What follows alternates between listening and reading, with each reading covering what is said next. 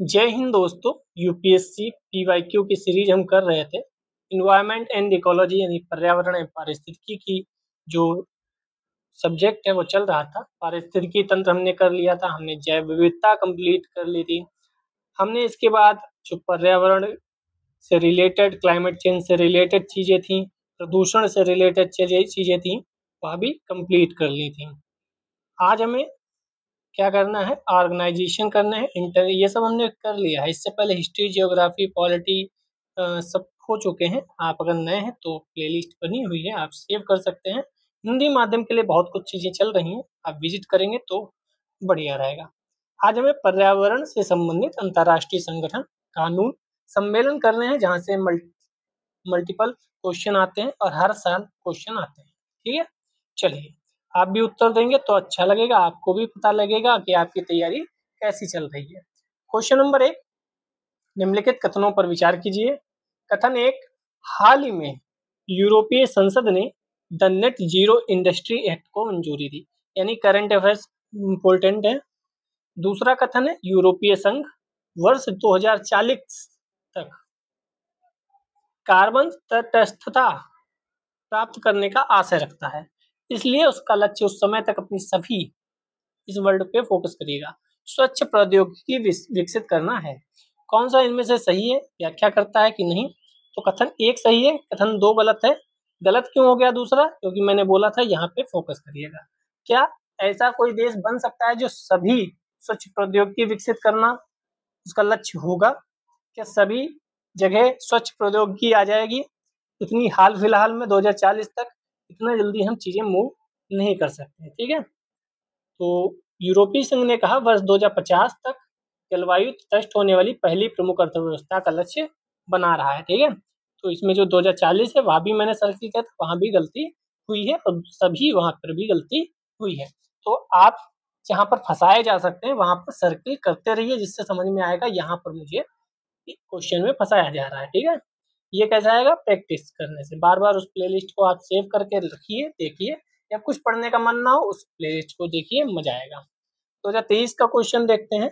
संक्रामक, जी हाँ, संक्रामक इन्वेंसिव जीव जाति विशेषज्ञ समूह जो वैश्विक संक्रामक जीव जाति डेटाबेस विकसित करता है, निम्नलिखित में से किस एक संगठन से संबंधित है? यानी ये जो लिखा हुआ है ये किस संगठन से संबंधित है? क्या वह अंतरराष्ट्रीय प्रकृति संरक्षण संघ से रिलेटेड है? क्या वह संयुक्त राष्ट्र पर्यावरण कार्यक्रम से रिलेटेड है? क्या वह संयुक्त राष्ट्र का पर्यावरण एवं विकास और विश्व आयोग से संबंधित है? या प्रकृति के लिए विश्वव्यापी नेचर यानी world wide fund for nature, किससे रिलेटेड है वो? तो वह रिलेटेड है ए से। ए मतलब अंतरराष्ट्रीय प्रकृति संरक्षण संघ यानी international union for conservation of nature, IUCN। IUCN का मुख्यालय कहाँ है, कब बना था और कौन इसके इस समय हेड है, ये तीनों आप बताइएगा। तो संक्रामक जीव जाति विशेषज्ञ समूह आक्रामक प्रजातियों पर वैज्ञानिक और नीति विशेषज्ञों का एक वैश्विक नेटवर्क है, जिसका गठन IUCN के प्रजाति उत्तरजीविता आयोग के तत्वाधान में किया गया था। इसकी स्थापना 1994 में की गई थी। ISSG global invasive species database का प्रबंधन करता है। विश्व भर में आक्रामक विदेशी प्रजातियों के बारे में जानकारी प्रदान करता है। आक्रामक विदेशी प्रजातियां जो भी है, इन पे क्वेश्चन कई बार आ चुका है। ठीक है, इससे रिलेटेड कहीं ना कहीं घुमा थे, यहाँ भी देखो इसी से रिलेटेड क्वेश्चन पूछा गया। ISSG अन्य ऑनलाइन संसाधनों जैसे कि aliens listserv, the invasive species compendium, the global register of introduced and invasive species का भी रखरखाव करता है। चलिए 2022 में चलते हैं। समुद्री कानून पर संयुक्त राष्ट्र अभिसमय, समुद्री कानून पर संयुक्त राष्ट्र अभिसमय यूनाइटेड नेशंस कन्वेंशन के संदर्भ में निम्नलिखित कथनों पर विचार कीजिए। नंबर 1, किसी तटीय राज्य को अपने प्रादेशिक समुद्र की चौड़ाई को आधार रेखा से मापित 12 समुद्री मील से अनधिक सीमा तक अभिसमय के अनुरूप सुस्थापित करने का अधिकार है। सभी राज्यों के, चाहे वे तटीय हों या भू आबद्ध भाग के हों, जहाजों को प्रादेशिक समुद्र से होकर बिना रोक टोक यात्रा का अधिकार होता है। अनन्य आर्थिक क्षेत्र का विस्तार उस आधार रेखा से 200 समुद्री मील से अधिक नहीं होगा। जहां से प्रादेशिक समुद्र की चौड़ाई मापी जाती है। इन निम्नलिखित में से कौन से सही है? तो ये तीनों सही है। तो चाहे वह सभी राज्यों को मतलब चाहे वो आबद्ध हो चाहे कोई भी हो, उन्हें बिना रोक टोक यात्रा का अधिकार होगा। ये तो सिंपल है, ऐसा थोड़ी होगा कि आप अंदर हैं तो नहीं वो कर सकते यूज, तो ऐसा नहीं है। ठीक है, तो यहाँ से भी क्वेश्चन बनते हैं और समुद्र वाले हिस्से से भी क्वेश्चन कई बार पूछे गए हैं। ठीक है, 12 नॉटिकल माइल आपको सब पता होगा। ठीक है, ये सब जहाज है। इसमें करंट अफेयर्स में कोई ऐसा टॉपिक रहे जहाँ से दिशा निर्देश आए हैं या कोई नियम बन रहा है या अंतरराष्ट्रीय कोई मीटिंग हो रही है, तो आप उन पे नजर बनाए रखिएगा। ठीक है, दूसरा क्वेश्चन, निम्नलिखित में कौन सा एक पर्यावरण संरक्षण अधिनियम 1986 के अधीन गठित किया गया है? क्या केंद्रीय जल आयोग गठित किया गया है? क्या केंद्रीय भूजल बोर्ड, केंद्रीय भूजल प्राधिकरण या राष्ट्रीय जल विकास अभिकरण? तो आप ऐसे भी चीजें याद रखिएगा कि कौन किसके अंतर्गत गठित किया गया है। तो केंद्रीय भूजल प्राधिकरण जो है वह पर्यावरण संरक्षण अधिनियम 1986 के अधीन गठित किया गया है। ठीक है, इसकी शक्तियां और कार्य अभी आवश्यक नहीं है, आप जहाँ पढ़े होंगे फाउंडेशन वहां पढ़ाया गया होगा, वह ध्यान रखिएगा। तीसरा नंबर क्वेश्चन, निम्नलिखित कथनों पर विचार कीजिए। पहला कह रहा है जलवायु समूह दी क्लाइमेट ग्रुप एक अंतरराष्ट्रीय गैर लाभकारी संगठन है जो बड़े नेटवर्क बनाकर जलवायु क्रिया को प्रेरित करता है और उन्हें चलाता है। दूसरा कह रहा है अंतरराष्ट्रीय ऊर्जा एजेंसी ने जलवायु समूह की भागीदारी में एक वैश्विक पहल EP100 प्रारंभ की है। क्या अंतरराष्ट्रीय ऊर्जा एजेंसी ने प्रारंभ की? तीसरा है EP100 ऊर्जा दक्षता में नव प्रवर्तन को प्रेरित करने एवं उत्सर्जन न्यूनीकरण लक्ष्यों को प्राप्त करते हेतु प्रतिस्पर्धात्मक बढ़ाने के लिए प्रतिबद्ध अग्रणी कंपनियों को साथ लाता है। चौथा कह रहा है कुछ भारतीय कंपनियां EP100 की सदस्य हैं। पांचवा कह रहा है अंतरराष्ट्रीय ऊर्जा एजेंसी अंडर 2 कोएलिशन का सचिवालय है। निम्नलिखित में से कितने सही हैं? तो आप देखो, कोई भी अंतरराष्ट्रीय संगठन या कुछ मैंने बोला पहल शुरू कर रहा है, कोई दिशा निर्देश जारी कर रहा है, कोई स्कीम लॉन्च कर रहा है, कोई लक्ष्य कह रखा है कि 2030 तक हम ऐसा करेंगे, या वह ऐसा कर रहा है कि कोई बहुत बड़ी घटना घटित हो रही है या फिर कोई बड़ी मीटिंग हो रही है, तो वहां से क्वेश्चन बनते हैं। ठीक है, और करंट अफेयर्स में कराने वाला हूं वही चीजें जो इम्पोर्टेंट है, पूरी PDF नहीं, PDF में जो महत्वपूर्ण चीजें हैं उसको हाईलाइट करो, उसके शॉर्ट नोट्स बनाओ और बस उतना पढ़ के चले जाओ। ठीक है, तो इसका सही आंसर होगा बी मतलब 1 3 4। 1 सही है, 3 सही है, 4 सही है। 4 क्यों सही होगा? क्योंकि अधिकतर चीजों में कुछ लगा होता है तो अधिकतर सही होता है, जिसमें सभी लगा होता है। फिर मैं बोल रहा हूँ अधिकतर 99% ऐसा होता है, लेकिन कल वाले एक क्वेश्चन में हम लोगों ने देखा था जहाँ कुछ वाला भी गलत था और सही सभी वाला भी सही था। ठीक है, तो ये जो मैंने बोला था दूसरे में कि क्या ये अंतरराष्ट्रीय ऊर्जा एजेंसी ने ऐसा किया है, वहां पे गलत था। इसका सचिवालय वो भी गलत है। ठीक है, तो देख लेते हैं, क्वेश्चन फिर से रिपीट हो सकता है क्योंकि चर्चा में रहेगा ये, तो क्वेश्चन रिपीट हो जाएगा। रिपीट का मतलब इनमें से इतने को जो कौन क्या कहते हैं स्टेटमेंट दिए गए, इनमें से कोई 2-4 को स्टेटमेंट उठा के 2-4 नए स्टेटमेंट लाके कुछ नया क्वेश्चन बना देगा। जलवायु समूह 2003 में स्थापित एक अंतरराष्ट्रीय गैर लाभकारी संगठन है। बड़े नेटवर्क को शक्ति प्रदान करता है, जलवायु कार्रवाई को प्रेरित करता है, उन्हें तीव्रता से चलाता है। EP100 जलवायु समूह के नेतृत्व में शुरू की गई एक वैश्विक पहल है जो ऊर्जा दक्षता सुधारों को मापने, रिपोर्ट करने के लिए प्रतिबद्ध 120 से अधिक ऊर्जा स्मार्ट व्यवसायों को एक साथ लाती है। EP100 कंपनियां नवाचार को प्रेरित करते हैं, उत्सर्जन न्यूनीकरण लक्ष्यों को पूरा करते हुए अन्य कंपनियों को प्रेरणा और सहायता भी प्रदान करती हैं। कुछ भारतीय कंपनियां जैसे Swaraj engineers limited, Mahindra and Mahindra, ये इनके सदस्य भी हैं। अंडर 2 कोएलिशन पेरिस समझौते के अनुरूप उत्सर्जन को कम करने के लिए प्रतिबद्ध राज्य है और क्षेत्रीय सरकारों का सबसे बड़ा नेटवर्क है। जलवायु समूह का सचिवालय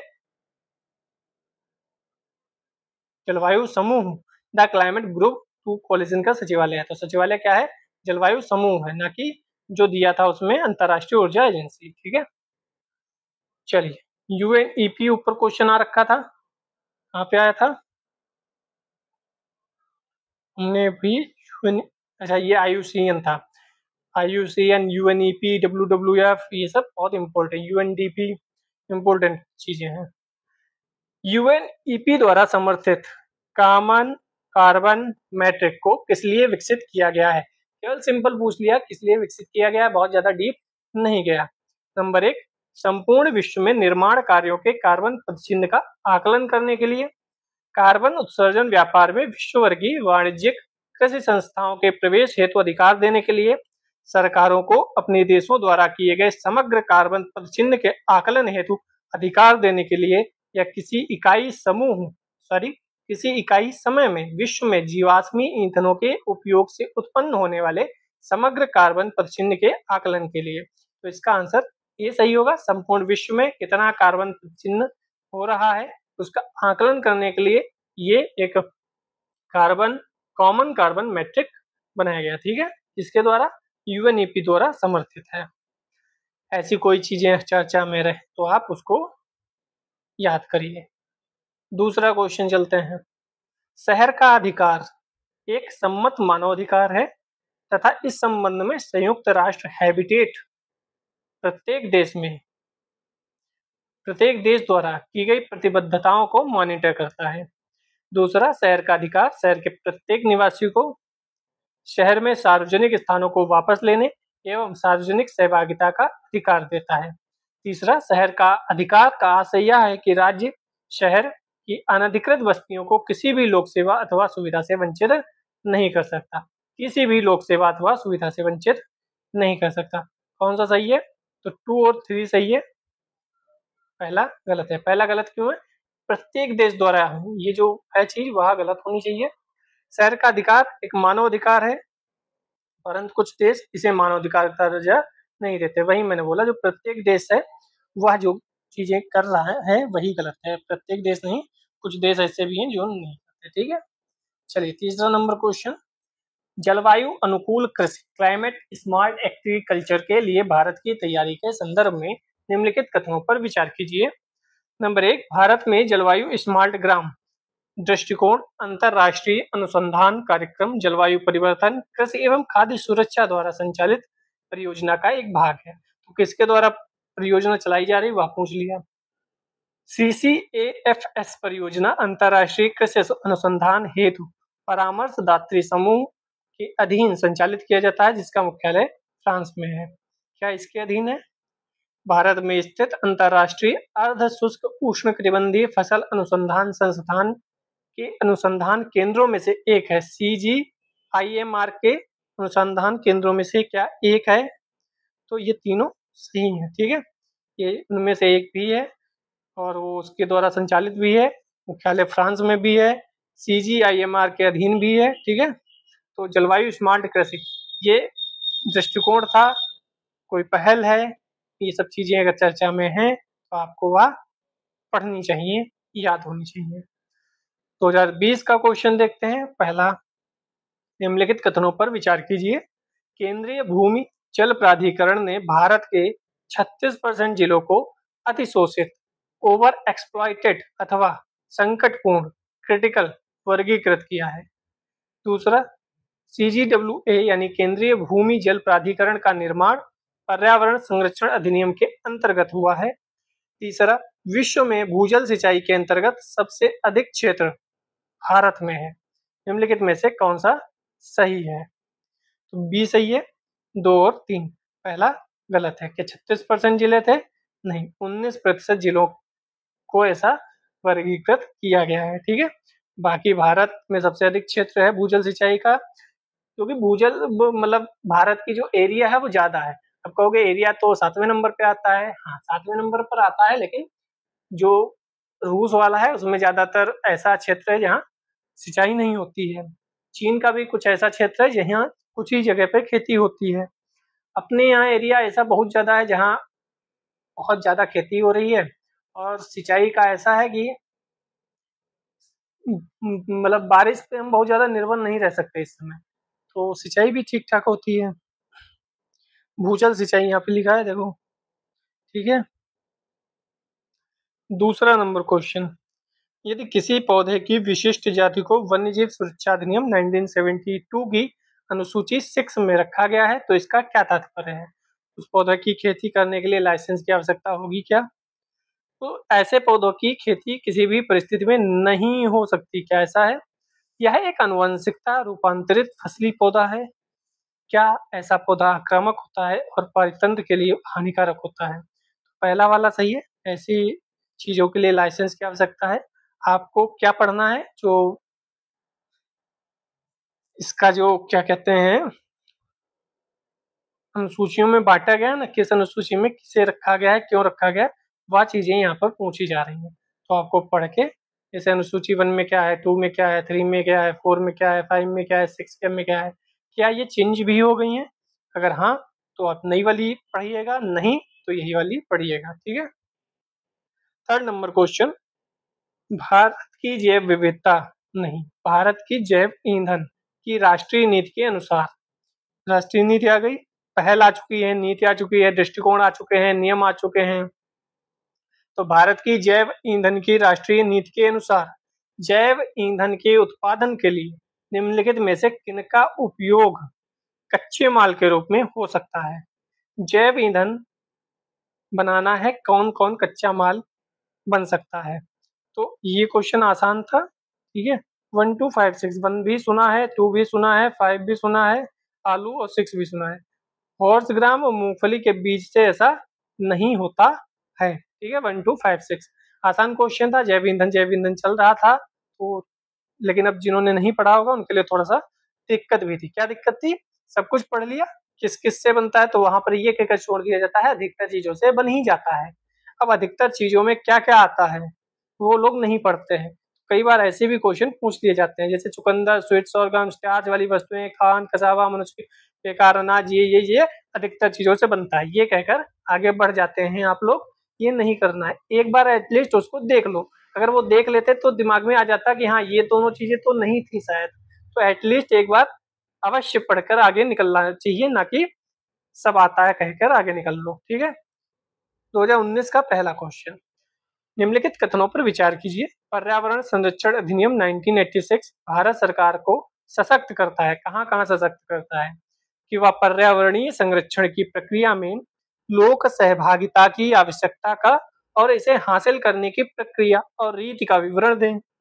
दूसरा, वह विभिन्न स्रोतों से पर्यावरणीय प्रदूषकों के उत्सर्जन या विसर्जन के मानक निर्धारित करें। तो आपको क्या लगता है? हमने पढ़ाया है आपको, कई चीजें सिखाई भी हैं, तो इससे आपको पता चलता है कि दूसरा वाला तो सही है लेकिन पहला गलत है। क्यों गलत है?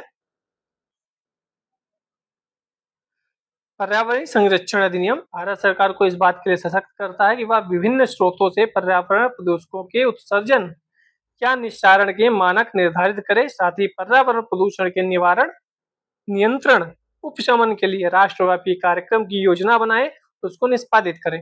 और तलब है, पर्यावरण संरक्षण अधिनियम 1986 में मूलतः कहीं भी लोक सहभागिता की आवश्यकता का और इसे हासिल करने की प्रक्रिया का कोई विवरण नहीं है। लोक सहभागिता बाद में डाला गया होगा। ठीक है। जब हम लोग थोड़ा सा आगे बढ़ गए होंगे।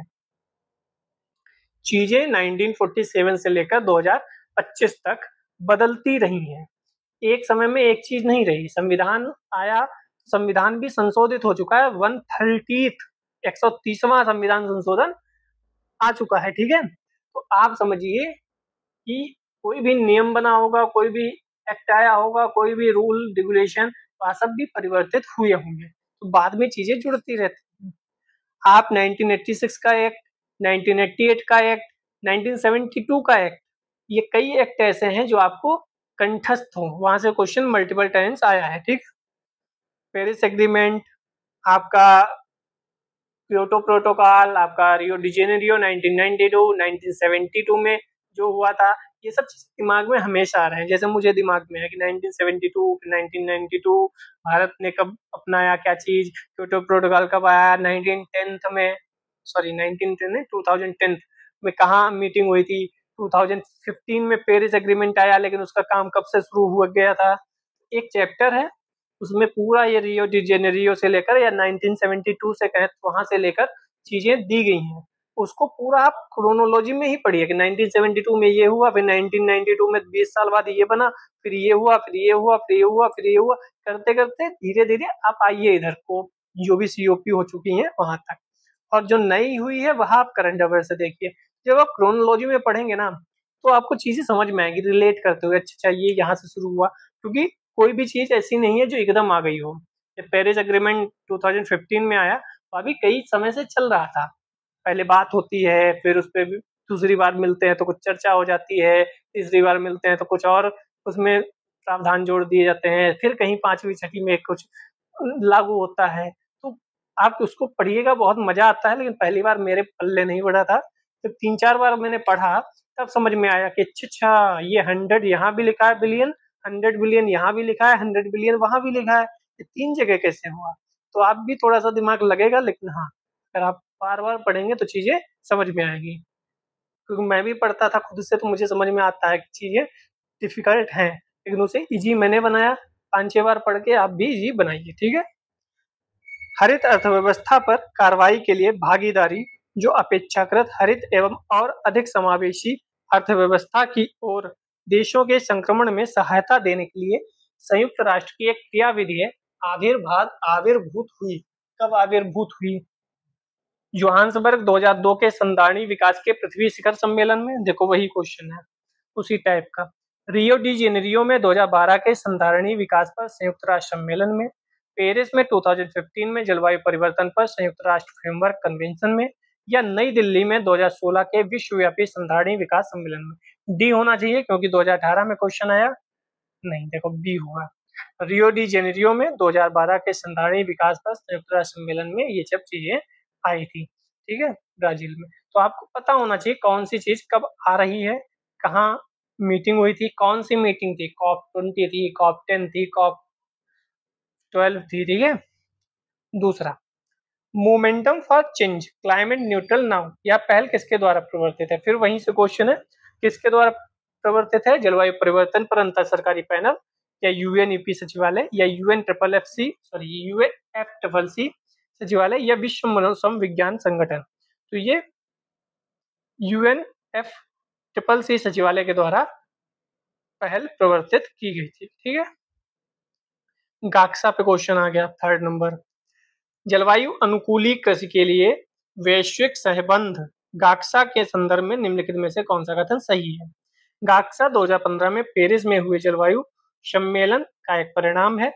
गाक्सा में सदस्यता से कोई बंधनकारी दायित्व उत्पन्न नहीं होता है। गाक्सा के निर्माण में भारत की साधक भूमिका थी। कौन सा सही है? तो इसका बी सही है, केवल 2, कोई बंधनकारी दायित्व तो नहीं है, बाकी दोनों गलत है। ना ये पेरिस में आया, ना भारत की इसमें कोई ऐसी भूमिका थी। गाक्सा की स्थापना यूएन जलवायु सम्मेलन 2014 के दौरान 23 सितंबर को की गई थी। स्थापना के अगले दिन यानी 24 सितंबर को इसकी पहली बैठक हुई। पेरिस में नहीं आया था। सदस्यता किसी के लिए भी बाध्यकारी नहीं है। गाक्सा की स्थापना फाओ की साधक भूमिका रही है, ना कि भारत की, ठीक है। भारत की तरफ से इसमें एक एनजीओ है, हैंड इन हैंड शामिल हुआ था। भारत की कोई भूमिका साधक की नहीं थी। 2017 का पहला क्वेश्चन देखते हैं। निम्नलिखित कथनों पर विचार कीजिए।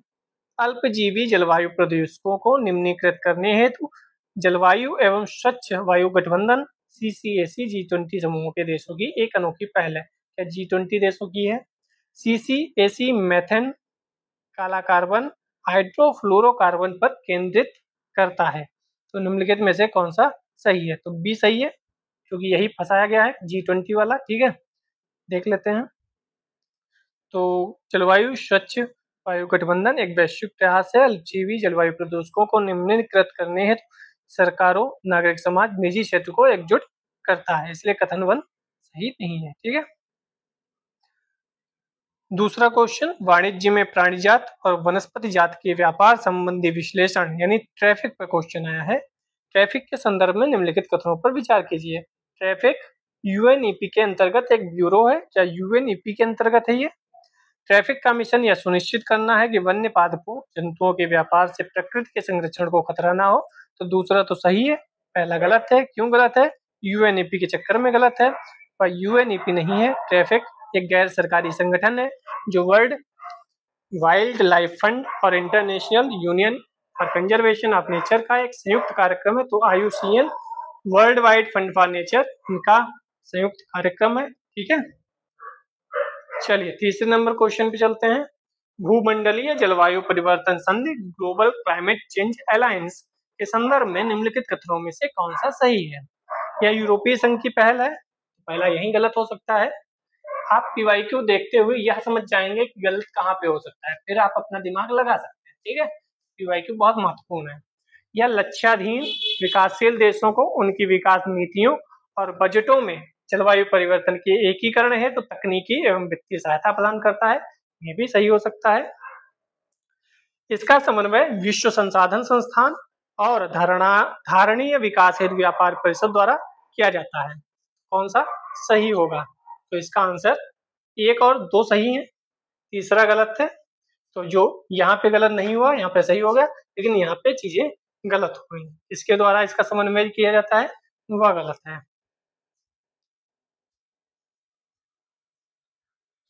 ठीक है,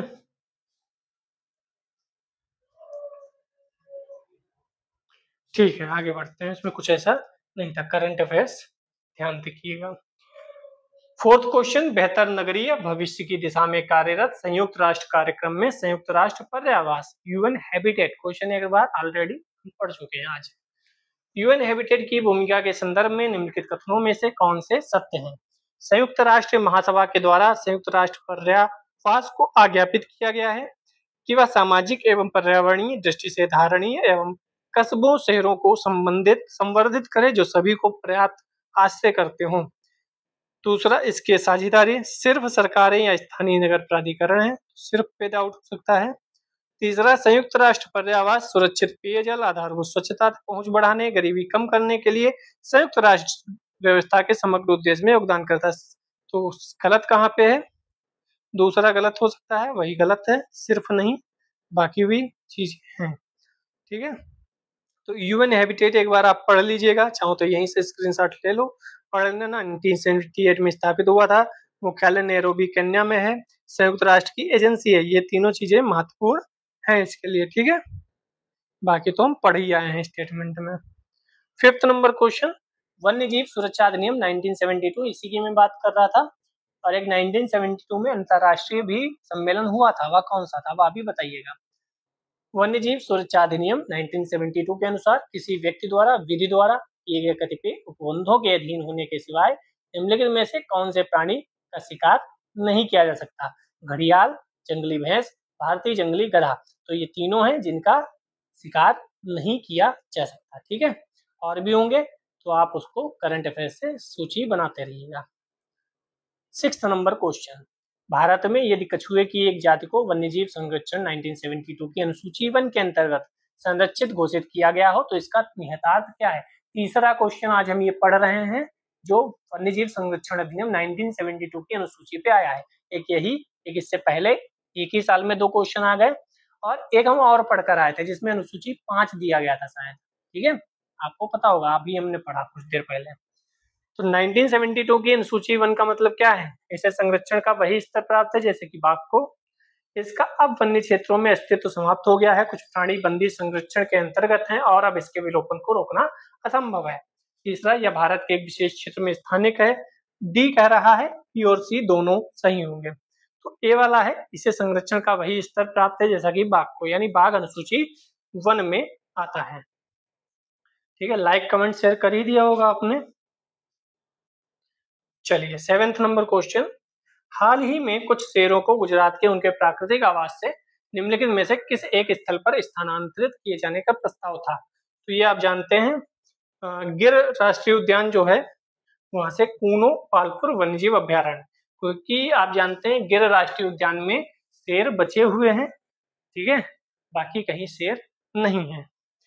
हाल ही में एशियाई शेरों को गुजरात के उनके प्राकृतिक आवास से मध्य प्रदेश कूनो स्थापित ट्रांसफर किया गया था, किया नहीं गया था, विचार विमर्श हो रहा था कि क्या किया जाए, क्योंकि एक जंतु को दूसरी जगह भेजने के लिए उसकी जो जलवायु की कंडीशन है, जो वहाँ उनका भोजन है, उन सब पर भी डिपेंड करता है। ठीक है, हमने जो दक्षिण अफ्रीका और नामीबिया से चीता मंगवाए थे तो वहीं रखा था जहाँ उनकी जो जलवायविक चीजें हैं, जो उनका क्लाइमेट है, वह उन्हें मिले, क्योंकि क्लाइमेट चेंज होता है तो चीजें बदल सकती हैं।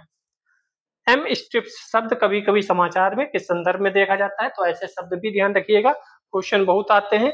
एम स्ट्रिप्स बहुत ज्यादा चर्चा में था, आपकी किताब में भी होगा, बाघ अभ्यारण्यों का रखरखाव जो है वह स्ट्रिप्स, इसका फुल फॉर्म है, वो आवश्यक अभी नहीं है, आप पढ़ते होंगे।